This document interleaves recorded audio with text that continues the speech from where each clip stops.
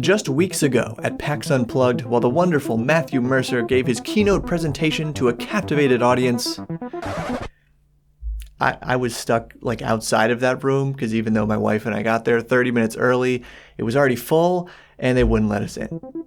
But lo and behold, while straining to hear Matt's sweet soliloquy, I got a message from Spencer Stark, the lead designer of Daggerheart, asking if I wanted to join an impromptu playtest session with Ginny D.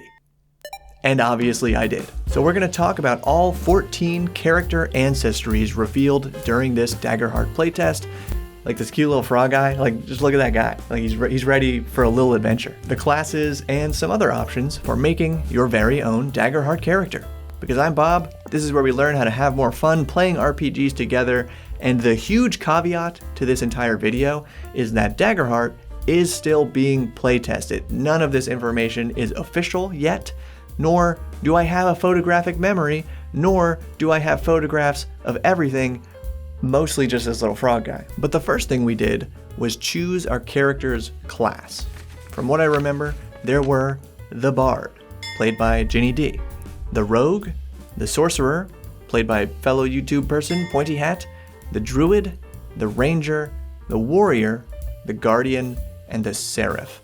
Now, most of those names should sound familiar if you've played D&D, but the new ones are Seraph, which I believe is like a paladin/cleric with a focus on divine stuff, hence the angelic name. Then the Guardian, which is like a cleric/fighter focused on guarding your allies, and the Warrior, which is like a fighter, and that's the one I played. And I got a Warrior card, which gave me 2 foundations, one on either side.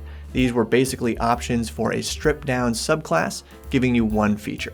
I went with the Warrior Call of the Slayer, allowing me to build up a pool of d6s whenever I rolled with hope and use them for an attack roll. But due to my lack of photos and memory, I do not recall the other Warrior foundation or any foundations for any other classes. But this brings us to Ancestry, for which I have 1 great photo of all the cards, starting with this little frog guy, the Ribbit.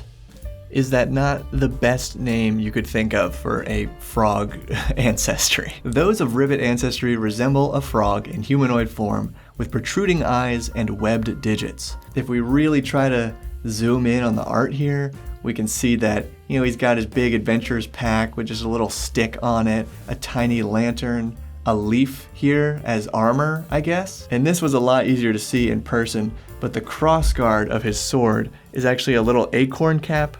That's just genius. They have 2 features. Amphibious. You can breathe and move underwater just as easily as on land. And long tongue.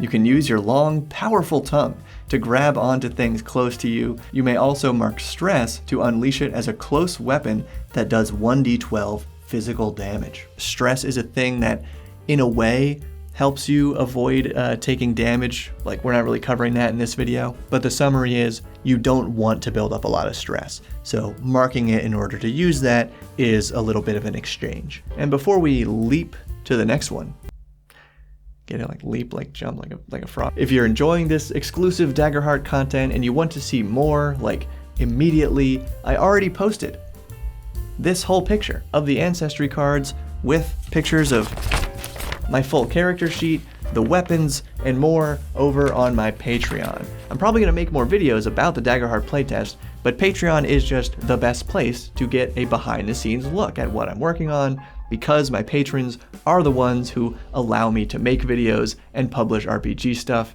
as my job, and I'm so grateful for that. So consider joining to get a sneak peek of what we might talk about in the next one. So we are going to start down here and work our way back up to the top. Those of halfling ancestry are short, good-natured humanoids often recognized by their pointed ears and large feet. That's interesting. Do halfling usually have pointed ears in media? I really don't think so. At the beginning of each session, you give everyone in your party a hope. You may always re-roll 1 on your hope die. If you do, take the new result instead. That's pretty awesome. Just having a halfling in the party, everyone gets an extra hope. That's reminiscent to me of the Dungeon Crawl Classics luck bonus that the halfling can give to everybody. And I think in D&D, halflings always re-roll any natural 1 on the d20. So Yeah, familiar stuff, but good stuff. Like, why mess with that? And I love that art. Look at this, like, giant bee. Are they that small, or are the bees big? Whoa, okay. And they really do have hairy feet. Check that out. Traditional hobbit feet. I like it. Speaking of big feet, the half-giant. Those of half-giant ancestry are very tall humanoids with a lineage that traces back to the ancient giants. Gain an additional hit point slot at character creation. That's very helpful because you really only start with 6 hit points. So starting with an extra one right off the bat is actually a big increase. And reach. Any melee weapon you wield has its range increased to very close. And wow, I did not even realize looking at this art that I thought this was like some kind of a pedestal, but no, it's actually just a giant maul. That is so cool. Some face tattoos here. It's actually a little easier to see in camera than on the screen. Hard to say. Oh no, a little typo. Well, remember, these are all prototypes, but Hoes of Draconan ancestry resemble a wingless dragon in humanoid form and possess a powerful elemental breath. Elemental breath. At character creation, choose one of the following elements at character creation as your elemental breath. Yeah, they really didn't proofread this specific card very well. Fire, ice, lightning, poison, acid. Spend a hope to make an attack roll against an enemy or group of enemies within close range. Deal D8 magic damage to all enemies you succeed against. Very handy. And unfortunately, you know, the reflection of this card obfuscates our artwork a little bit, but, you know, it looks like a dragonborn. You get the idea. How about an orc? Those of orc ancestry are strong humanoids that tend to have strong square features and boar-like tusks. Increase all your hit point thresholds by +2 at character creation. That is also a big deal, because if you don't remember, hit points work in these 3 sections. This is exactly what DC 20 is doing as well. You have a minor, major, and severe threshold for damage, so bumping up each of your thresholds by 2 points is pretty significant. Now the fawn. This is what I played during this session. Those of fawn ancestry resemble a deer in humanoid form with a black tip nose and large pointed antlers. Your antlers grant you increased sensitivity to the world around you. When you gather information about your surroundings using your senses, always have advantage on the roll. I reskinned this as more of like a mountain goat guy. And they later told me that there's been like some back and forth in the design process of how much a fawn should be like a goat versus a deer, which they're kind of aiming for, at least in this version of the card. And actually, it wouldn't surprise me if they're like going the deer route specifically because Keyleth, like one of the most famous Critical Role characters of all time, has deer antlers, and they just wanted that to be a feature somewhere in Daggerheart. Those of demon ancestry are humanoid descendants of the fallen gods from the circle below. When you would take magic damage from an attack or spell, you can mark a stress to have resistance against it. You have advantage on rolls to intimidate other non-daemon creatures. Interesting. So they are kind of going back to the, you know, this fiendish character is scary and like shunned a little bit because they're automatically intimidating to most people. And actually going back for a second, I feel like I forgot to talk about these antlers. This was really helpful because one of the main scenes in our adventure was kind of exploring a crime scene.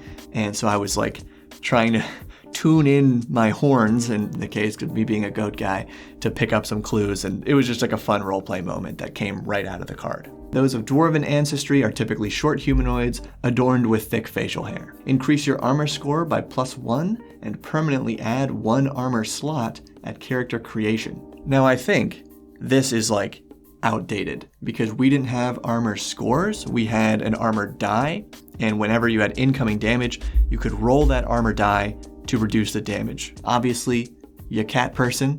Those of Qatari ancestry resemble a cat in humanoid form, typically recognized by their soft fur, large ears, and tail. On any agility rolls, you may mark a stress to re-roll your hope die. If you do, take the new result instead. And just really cool art for this one, frankly. Like the color scheme here. I love archer characters always. The ribbit, don't you almost just want to read this one again? Look at this guy. He's just great. Like when this card hit the table, everybody was like, what? Like needed to get a closer look at him. That was just so cool. Those of human ancestry are mid-height humanoids with rounded ears and a stubborn sense of self-preservation. When you fail a roll that utilized one of your experiences, you may spend 2 hope to re-roll. You must take the new result. It already costs 1 hope just to use the experience. So then saying you spend 2 to re-roll it doesn't really sound like worth it to me. Now the Galapa. Okay, so unfortunately the art's really hard to see on this one as well.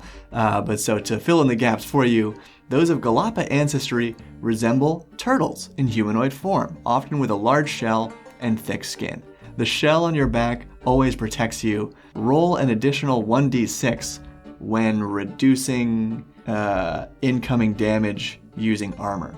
So that is actually really good. My armor die was a d4, so I would only be rolling a d4 to reduce damage. So if I were this ancestry, being able to roll an additional d6 whenever I'm reducing damage, like that's serious. So really the only thing I don't love about this ancestry is the name, because like of course, this just makes me think of the Galapagos Islands, where famously Charles Darwin studied the tortoises there, and island biogeography being weird led to some of his understandings of evolution, etc., etc. But I double checked this, and the word Galapagos in Spanish comes from a word for saddle, because I guess the Spaniards who named the island said that the turtle shells resembled saddles that you would put on a horse. Whereas I think I really just appreciate the very on-the-nose ribbit that we get for our cool frog guy. And Qatari,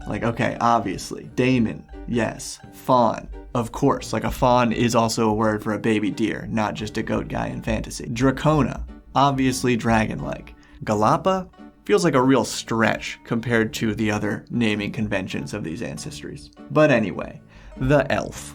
Those of elven ancestry are typically tall humanoids with pointed ears and acutely attuned senses. During a long rest, as one of your actions, you may choose to drop into an elven trance. When you do, roll a number of d8 equal to the stress you have marked and clear all stress. So off the top of my head, I don't know how recovering stress and hit points normally works.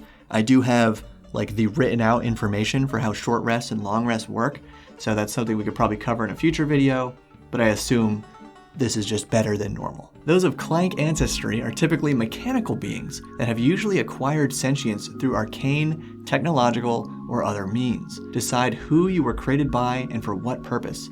When you generate your experiences at character creation, choose one that reflects this purpose and add +1 to it. And check out that artwork. This might be our coolest piece. The Bard Clank. Much better than the artwork for the fairy, which doesn't exist yet. Okay, so the fairy ancestry are short, winged humanoid creatures with insect-like features. Mark stress to take flight for a number of minutes equal to your level. Even though you're marking stress, yeah, that seems too good. Ginny D did play a fairy in our session, but I don't think she flew at all. Oh wait, yeah, and it was after the fact, because there was totally one point where we had to climb a sheer mountain face, and I think Ginny had just forgotten she could fly. None of us knew, but we found another way up, and then afterward realized oh, we could have just flown. Once per session, after you or an ally in close range make an action roll, you can mark a stress to allow a reroll of the duality dice. If you do, take the new result. So the once per session distinction is pretty unique, and I think it emphasizes how Daggerheart is really trying to be this episodic story-based adventure, where each session is kind of its own open and closed story in that way, which therefore would lend itself very well to an actual play.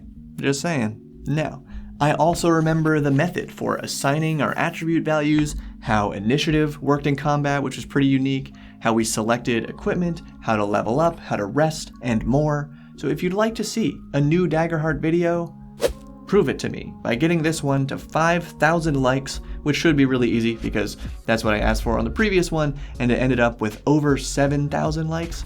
So thank you. And you can check out this video on your screen about how we actually got to meet Matt Mercer at the convention, or join my Patreon to get a sneak peek of my Daggerheart character sheet and a ton more awesome independent RPG content.